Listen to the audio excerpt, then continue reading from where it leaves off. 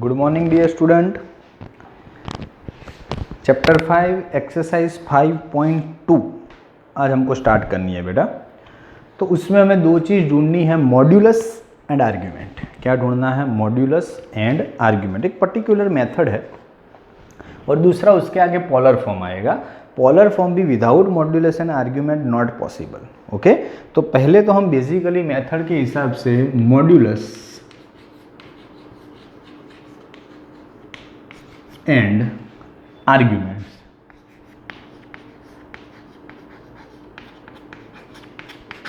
ये दोनों चीज पे कंसंट्रेशन करते हैं।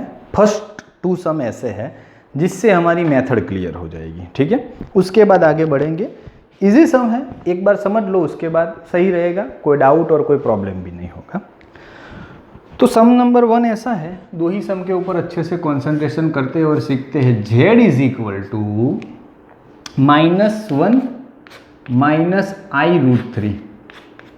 ओके, √3 है, सॉरी, चलो क्वेश्चन जैसा था वैसा लिख दिया मैंने। उसको थोड़ा बड़ा अच्छे फॉर्म में लिखते हैं। तो z इज इक्वल टू -1, √3 को आगे ला दो, -√3i। चलो ये है, इसको स्टैंडर्ड इक्वेशन एक है, z is equal to a plus i भी है ना, उसके जैसा ही, पर इसमें xy फॉर्म में लिखा है। तो हम इस तरह के z is equal to x plus i y, ये स्टैंडर्ड फॉर्म के साथ कंपैरिजन करो। क्या करो? कंपैरिजन। तो for comparison we know that x is equal to -1। Okay, दूसरा i तो i है, y इज इक्वल टू -√3। चलो x रेडी, y रेडी, दो चीज़ हमको रेडी मिल गई, क्लियर। चलो x एंड y दोनों मिल गया, तो देन आगे की बात करते हैं कि हमारा नेक्स्ट स्टेप फॉर मॉड्यूलस। किसके लिए? मॉड्यूलस के लिए। तो टाइटल लगाता हूं मॉड्यूलस। पहले कोई भी इक्वेशन में x एंड y डिसाइड कर देने का। ओके, तो x एंड y डिसाइड कर दिया, उससे मॉड्यूलस का इक्वेशन है। मैं सीधा एक्स्ट्रा इक्वेशन आपको नहीं सिखाया, डायरेक्ट ही सिखा रहा हूँ क्योंकि छोटा सा इक्वेशन है। r इज इक्वल टू √ में x² plus y², fix equation. तो x² तो -1 का स्क्वायर 1, -√3 का स्क्वायर 3, तो √ में 4, तो आंसर इज 2। मॉड्यूलस खत्म है, बिल्कुल इजी। मॉड्यूलस की मैटर खत्म। ये आपको बेटा मॉड्यूलस मिल गए, आपने एक चीज अचीव कर ली। नाउ बात है आर्ग्यूमेंट की। किसकी बात है? आर्ग्यूमेंट की। तो आर्ग्यूमेंट के लिए टाइटल लगाते हैं, पहले क्या करना है बहुत अच्छे से सीखिएगा।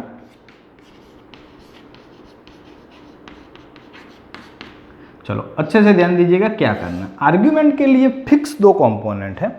Number 1, x is equal to r cos theta. क्या है? r cos। We know that r is equal to 2, x भी जानते हैं -1 एंड cos थीटा।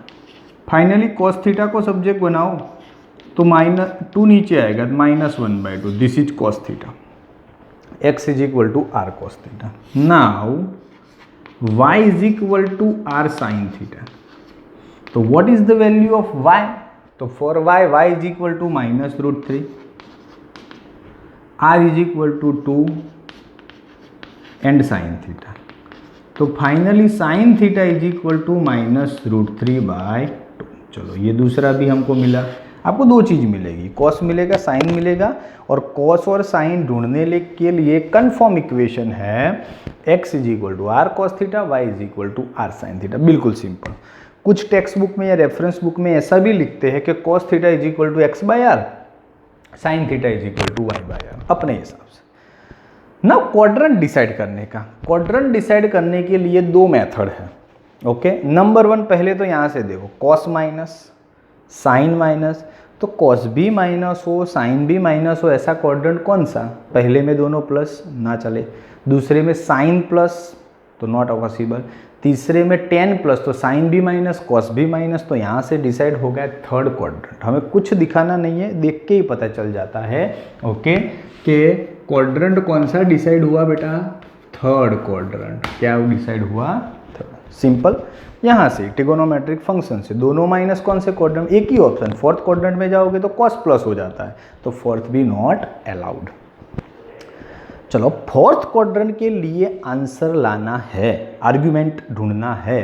तो तो हाउ कैन इट पॉसिबल, तो हमें इसकी कैलकुलेशन थोड़ी समझ के चलनी है। समझ के कैसे, तो according to the unit circle नहीं, पर थोड़ा अलग सा, बात वही यूनिट सर्कल जैसी है।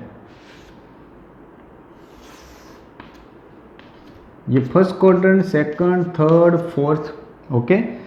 चलो ओनली क्वाड्रेंट के लिए भाई, एक क्वाड्रेंट में से दूसरे क्वाड्रेंट में चैप्टर नंबर 5 में अगर एंगल रिप्रेजेंट करना हो तो किस मेथड से, कि भाई पहले क्वाड्रेंट में हो तो जो है वही का वही थीटा ओरिजिनल आएगा, फोर्थ में हो तो वही ओरिजिनल थीटा माइनस हो जाएगा। क्या हो जाएगा? माइनस। अगर फोर्थ क्वाड्रेंट में दिखना हो और आंसर तुम्हारे पास π/6 हो तो -π/6 ले देने का, फर्स्ट क्वाड्रेंट हो तो π/6 का π/6 रहेगा, कोई फर्क पड़ेगा नहीं।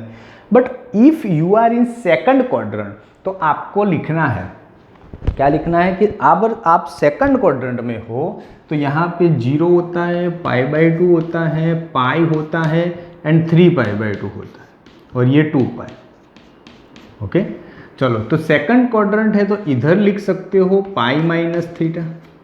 तो थर्ड क्वाड्रेंट में आप π+θ लिखते थे, पर यहाँ ऐसा नहीं है, चैप्टर नंबर 5 में उल्टा है। थर्ड में बेटा उल्टा लिखना पड़ता है, θ-π लिखना पड़ता है। क्या लिखना पड़ता है? θ-π। अगेन फर्स्ट क्वाड्रेंट में ओरिजिनल थीटा, फोर्थ में उल्टा -θ, सेकंड में π-θ, तो थर्ड में उल्टा θ-π। माइनस से मल्टीप्लाई हुआ ऐसा समझ लो ना, इसको माइनस से करो तो माइनस वाला प्लस और प्लस वाला माइनस, तो दो की पेयर, फर्स्ट एंड फोर्थ की पेयर, सेकंड एंड थर्ड की पेयर। मेरे पास थर्ड क्वाड्रेंट है, तो अब आर्ग्यूमेंट जो अल्फा ढूंढना है, तो अल्फा इज इक्वल टू, क्या ढूंढना है? Argument alpha. तो alpha is equal to equation for third quadrant के लिए we write down that θ-π।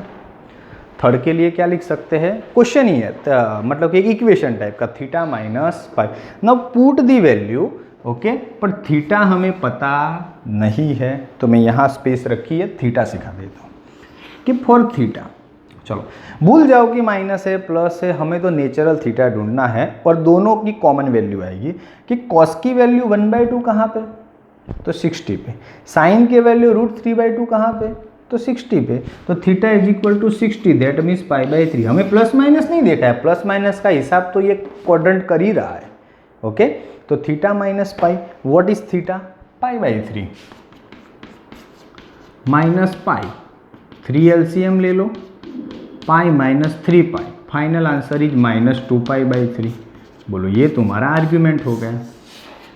Again x Y के डिसाइड से 2 सेकंड में पहले मॉड्यूलस डिसाइड होगा, फिर आर्ग्यूमेंट के लिए 2 इक्वेशन रख के प्लस माइनस देखे बिना पहले थीटा डिसाइड कर दो, दोनों की साइन डिसाइड करके क्वाड्रेंट डिसाइड करो।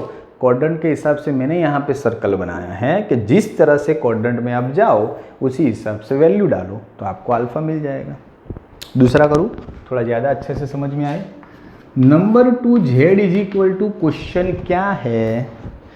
-√3 + i। What is question? तो -√3 + i।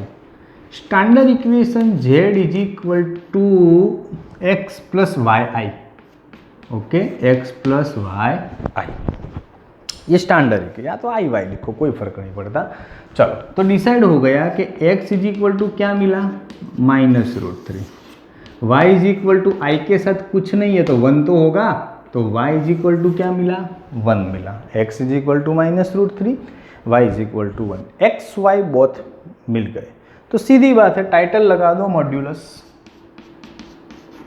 अब इजी हो जाएगा सम।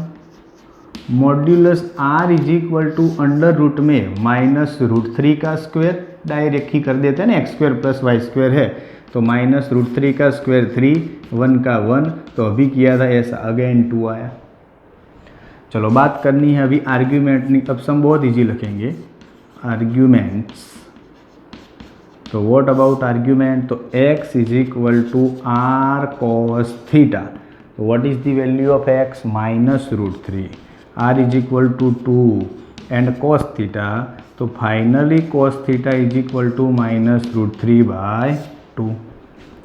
चलो y is equal to r sin theta, तो value of y is 1, r इज 2 एंड sin थीटा, तो sin theta is equal to 1/2।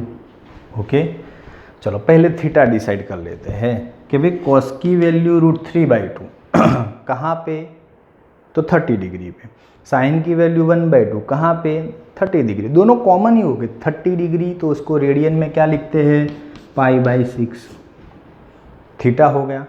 अब पॉजिटिव नेगेटिव के हिसाब से क्वाड्रेंट डिसाइड करो। बोलो कॉस क्या है माइनस, साइन क्या है प्लस, एक ही ऑप्शन होगा।